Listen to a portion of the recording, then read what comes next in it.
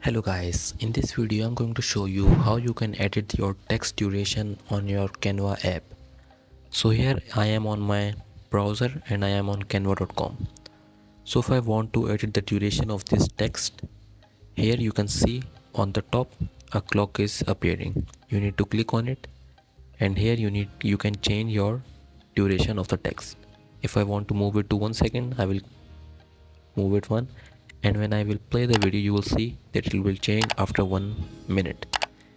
If I want to make it longer, then I can click go to 6 seconds and you will see that the next slide will appear after 6 seconds. There you go.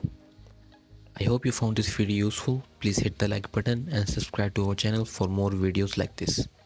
I will see you in the next one.